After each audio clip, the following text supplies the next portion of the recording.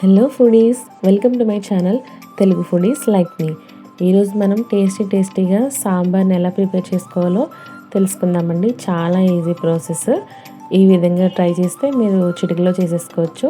సాంబార్ చాలా టేస్టీగా కూడా ఉంటుందండి. జస్ట్ నేను చెప్పే టిప్స్ ఫాలో అయిపోయి చేసేయండి.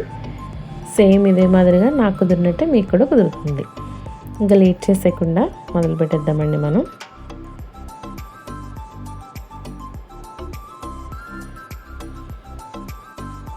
ముందుగా సాంబార్కి కావాల్సిన వెజిటబుల్స్ అన్నీ రెడీ చేసి పెట్టుకున్నానండి, కట్ చేసుకొని.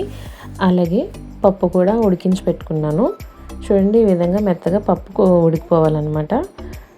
అందులో చింతపండు నీళ్ళు, మనకి పులుపు ఎంతగా తింటారో దానికి సరిపడా పులుపు వేసుకోవాలి. చింతపండు నానబెట్టి ఉంచుకున్నాను నేను ముందునే. ఆ చింతపండు నీళ్ళు కూడా వేసేసుకున్న తర్వాత పొయ్యి మీద పెట్టి చూడండి, ఈ విధంగా వెజిటబుల్స్ అన్నీ వేసేసుకోవాలి. మీకు నచ్చలేనివి ఏమైనా ఉంటే స్కిప్ చేసుకోవచ్చు. నేనైతే అన్ని రకాల వెజిటబుల్స్ వేసుకున్నాను. మా పిల్లలు అన్నీ ఇష్టంగా తింటారు. నెక్స్ట్ ఇందులో తగినంత కారం వేసుకోవాలండి. కారము, సాల్ట్, అదేవిధంగా పసుపు కూడా యాడ్ చేసుకొని చూడండి, ఈ విధంగా అన్నీ యాడ్ చేసుకున్న తర్వాత కొద్దిగా హై ఫ్లేమ్లో పెట్టుకొని బాగా మరగనివ్వాలన్నమాట. సాంబార్ని ఒకసారి అన్నీ కలియబెట్టుకోవాలి. అన్నీ కలియబెట్టుకొని చక్కగా మరగనివ్వాలి. కాసేపు అలా మరిగిన తర్వాత చూడండి, పొంగు వస్తుంది కదా, ఈ విధంగా మరుగు వచ్చినప్పటికి కొంచెం బెల్లం ముక్క కూడా మరీ ఎక్కువ వేసుకోకూడదు.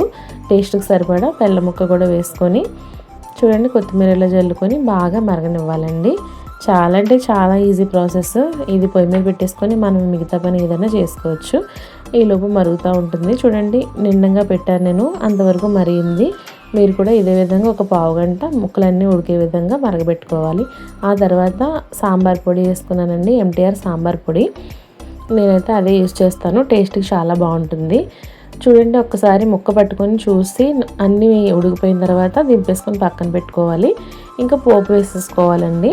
పోపులో ఫస్ట్ వెల్లుల్లిపాయలు వేసుకొని అవి కొంచెం వేగిన తర్వాత మిగతా పోపు దినుసులన్నీ వేసేసుకొని అవి కూడా బాగా వేగాలండి. చక్కగా ఇలా వేగిన తర్వాత సాంబార్ వేసేసుకోవడమే. అంతే, తాలింపు అయిపోతే ఇంకా సాంబార్ అయిపోయినట్టేనండి, మనకి రెడీ అయిపోయినట్టే. చూడండి, ఈ విధంగా పోపు వేసేసుకున్నాను.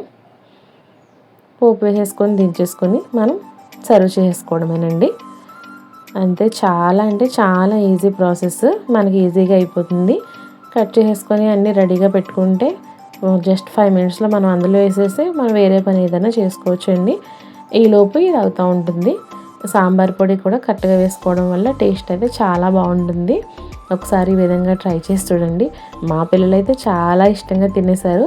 ఇలా సాంబార్ చేస్తే అస్సలు అన్నం వదిలిపెట్టకుండా తినేస్తారనమాట. చాలా ఇష్టం మా వాళ్ళకి. ఇలాంటి వీడియోస్, మరిన్ని వీడియోస్ కావాలంటే కామెంట్ చేయండి. Thank you for watching.